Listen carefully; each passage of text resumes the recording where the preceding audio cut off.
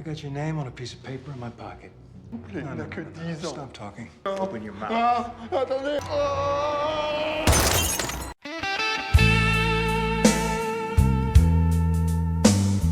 Di dunia yang seringkali tidak memberi ruang bagi keadilan, selalu ada sosok yang memilih berdiri sendirian untuk menegakkannya. Seorang pria dengan masa lalu yang penuh luka kembali melangkah, bukan untuk mencari masalah, melainkan memastikan bahwa mereka yang tak berdaya tetap memiliki harapan. Perjalanan Robert McCall pun berlanjut, menghadirkan kisah tentang janji, kehilangan, dan harga yang harus dibayar demi menegakkan kebenaran.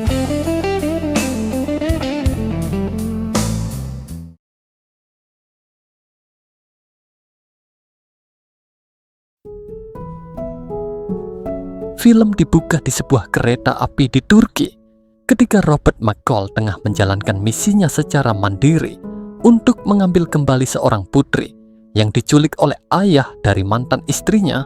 Robert kemudian mengikuti ayah dari putri tersebut menuju sebuah ruangan bar.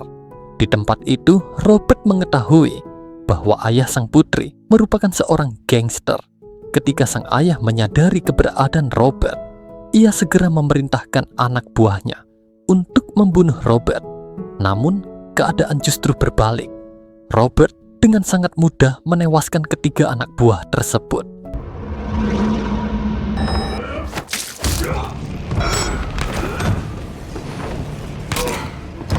Setelah itu, Robert mendekati sang ayah dan memberinya kesempatan untuk menyerahkan putrinya kembali kepada mantan istrinya. Singkat cerita, Robert kemudian membawa gadis kecil tersebut ke kantor pengacara di Boston, tempat ibunya yang bernama Grace berada. Ia tampak sangat bahagia setelah mengetahui putrinya telah kembali dengan selamat. Kini, Robert tidak lagi bekerja di toko bangunan. Ia beralih profesi menjadi pengemudi mobil daring. Ia memiliki seorang pelanggan setia, yakni pria lanjut usia bernama Sam Rubinstein, yang tengah menangani kasus untuk menemukan saudara perempuannya yang telah lama menghilang. Selain itu, Robert juga sering berinteraksi dengan beberapa penumpang lain yang memiliki permasalahan hidup masing-masing.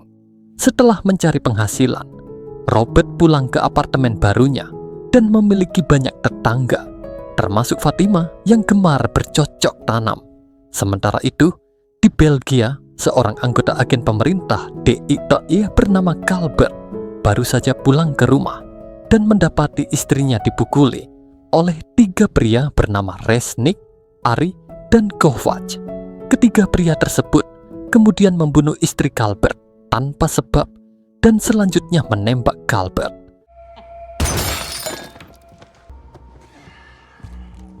I got your name on a piece of paper in my pocket. No. Stop talking. Open your mouth.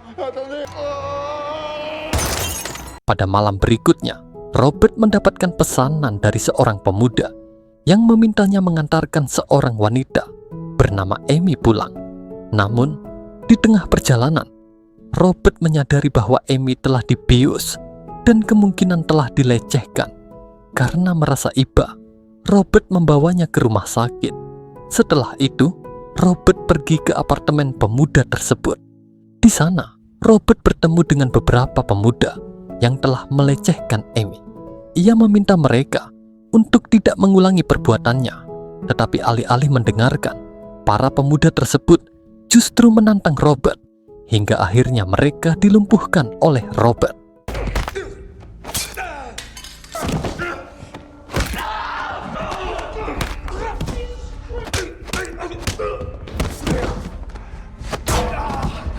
I expect a 5-star rating, you understand? Not for me, though. For who? Amy. For who? Amy.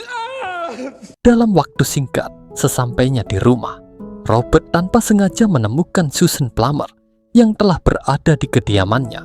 Bagi yang belum mengetahui, Susan merupakan teman Robert yang masih menjadi anggota aktif DIA, sedangkan Robert sendiri telah dinonaktifkan dari DIA setelah dinyatakan meninggal beberapa tahun sebelumnya.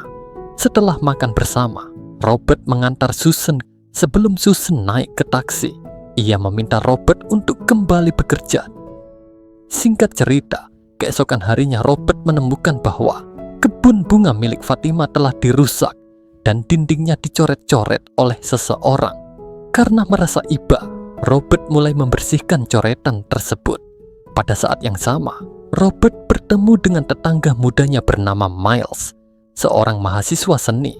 Karena memiliki kemampuan melukis, Miles menawarkan bantuan kepada Robert dan menetapkan bayaran sebesar $250 untuk menggambar ulang coretan tersebut menjadi sebuah lukisan yang indah. Sementara itu, di rumah Susan mengadakan rapat daring dengan anggota DIEA lainnya untuk membahas pembunuhan Calvert. Salah satu anggota bernama Dave York, yang juga merupakan teman Susan, menyarankan agar Susan datang ke Belgia untuk menyelidiki kematian Calvert secara langsung. Singkat cerita, Susan dan Dave pergi ke rumah Calvert bersama anggota intelijen lainnya termasuk Interpol. Di lokasi kejadian, para penyidik tidak menemukan barang bukti yang mengarah kepada pelaku. Namun, ketika Susan melihat jendela yang berlubang akibat peluru yang menewaskan Calvert tanpa mengenai bingkai foto, ia segera meninggalkan tempat kejadian perkara, seolah-olah telah mengetahui pelakunya. Jelas bahwa penembak bukanlah Resnick, melainkan seorang penembak jitu dari luar rumah. Setelah meninggalkan tempat kejadian perkara, Susan kembali ke kamar hotelnya. Ketika memasuki lift bersama Dave, terdapat dua pria mencurigakan yang menekan tombol lantai yang sama dengan kamar Susan. Dugaan tersebut terbukti. Saat Susan baru saja memasuki kamarnya, ia diserang oleh kedua pria tersebut yang berniat merampoknya.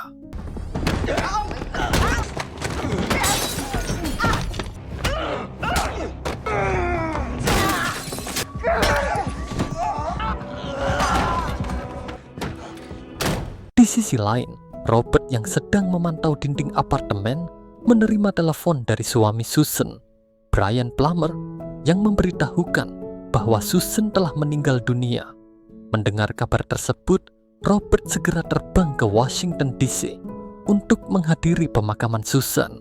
Tetapi ia duduk di kejauhan karena anggota DIA lainnya masih menganggap Robert telah meninggal.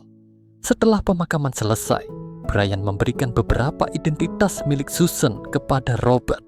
Brian merasa janggal karena Susan sama sekali tidak membawa barang berharga selain cincin pernikahannya. Hal tersebut menimbulkan tanda tanya besar. Perampok sejati tentu tidak akan membunuh Susan. Sementara itu, di sebuah apartemen, diperlihatkan dua pria yang telah membunuh Susan. Kedua pria tersebut tiba-tiba menerima panggilan telepon tak dikenal, dan ketika panggilan itu diangkat, radio di ruangan mereka meledak hingga menewaskan keduanya.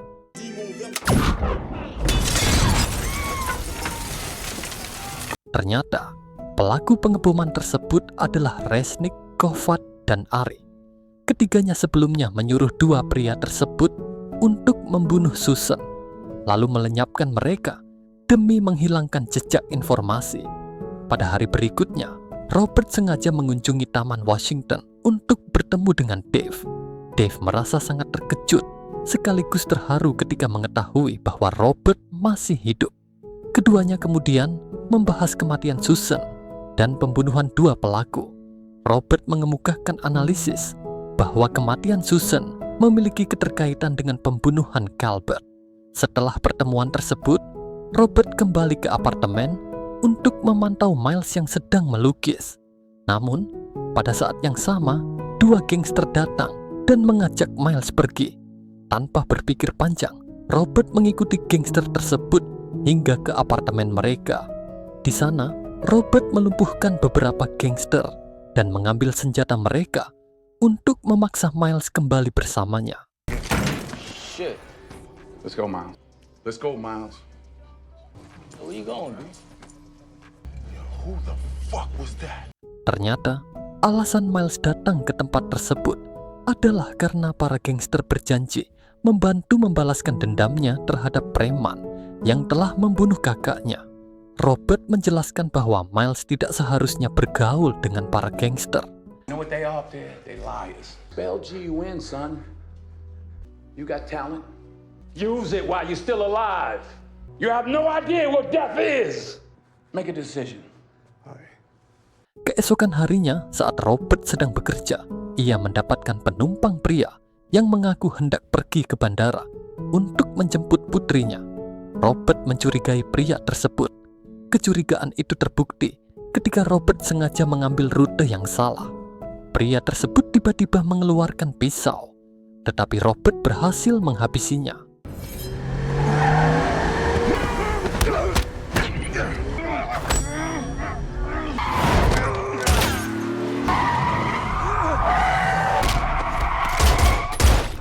Setelah itu, Robert mengambil telepon milik pria tersebut dan menemukan informasi berkode di dalamnya.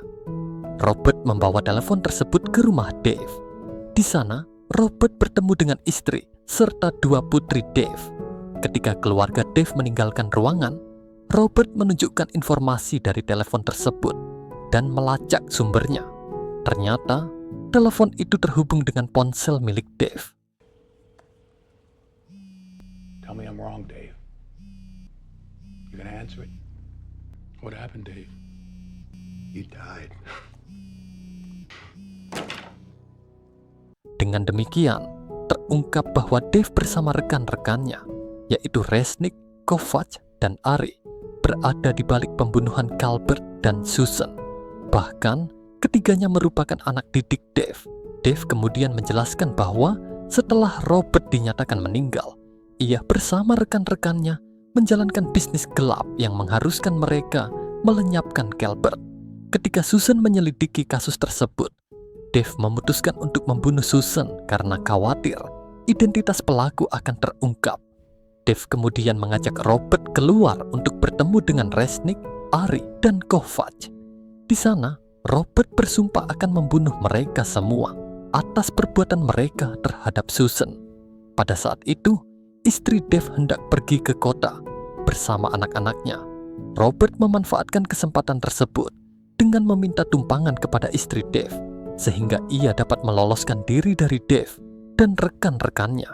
Singkat cerita, ketika hari mulai gelap, Dave dan komplotannya mendatangi apartemen Brian dengan tujuan membunuhnya. Namun, sebelum mereka masuk, Robert terlebih dahulu membawa Brian pergi dan menempatkannya di hotel yang aman. Setelah menyembunyikan Brian, Robert menuju apartemennya karena Miles berada di dalam kamar Robert yang sedang mengecat apartemen tersebut. Robert kemudian menelepon Miles, dan dalam percakapan mereka, Robert mendengar suara gonggongan anjing yang menandakan ada seseorang yang datang ke apartemennya. Robert segera menyuruh Miles bersembunyi di ruang rahasia di balik lemari buku. Dave akhirnya menemukan cermin yang di baliknya terdapat Miles. Sebelum Dave menembak cermin tersebut, ia menerima telepon dari Robert yang memberi isyarat bahwa dirinya tidak berada di apartemennya. Robert juga memberikan petunjuk agar Dave dapat menemukannya. Dave kemudian melihat lukisan pantai yang membuatnya menyadari bahwa Robert telah pergi ke kampung halamannya yang kebetulan sedang dilanda badai angin. Ketika Dave dan salah satu rekannya pergi, Miles keluar dari ruangan. Namun, saat hendak meninggalkan rumah, Dave ternyata masih berada di sana dan langsung menculik Miles. Sementara itu, Robert tiba di kampung halamannya yang telah dievakuasi akibat badai besar. Kemudian, Dave dan ketiga rekannya datang untuk mencari Robert. Dave, yang merupakan penembak jitu andal, naik ke atas menara untuk memantau Robert, sedangkan ketiga rekannya bertugas memancing kemunculan Robert. Dalam pencarian tersebut, Kovac memasuki sebuah toko peralatan memancing. Ketika lengah, Kovac langsung dibunuh Robert menggunakan tombak.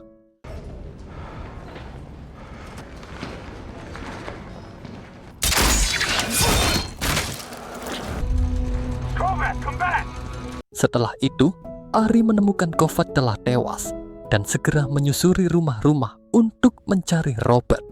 Ia kemudian menemukan deretan foto Susan yang telah dipasang Robert. Saat Ari lengah, Robert langsung menikamnya beberapa kali.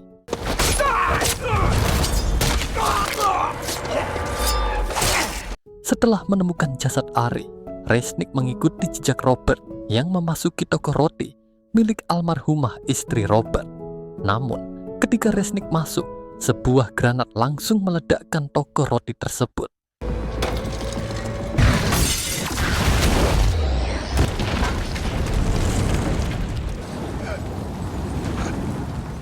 Kini, hanya Dave yang tersisa di atas menara.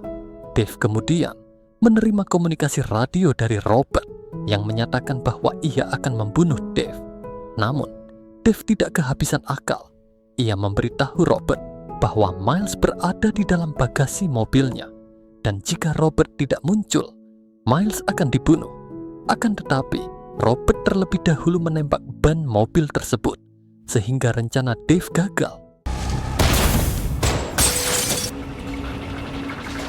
Setelah itu, Robert naik ke menara dan terlibat pertarungan sengit dengan Dave.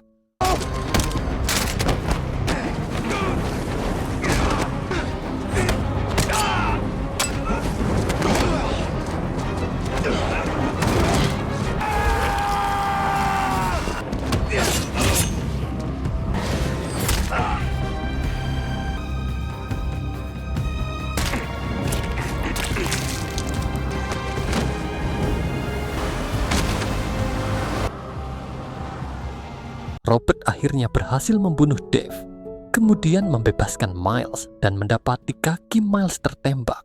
Robert membawa Miles ke rumah lamanya untuk mengobati luka serta menghentikan pendarahannya. Setelah itu, Miles melihat berbagai foto Robert ketika masih menjadi tentara, serta foto bersama istrinya yang bernama Vivian. Singkat cerita, beberapa hari kemudian, Miles kembali menjalani kehidupan normal sebagai mahasiswa yang baik, sedangkan Fatima merasa kagum melihat lukisan mural yang dibuat oleh Miles.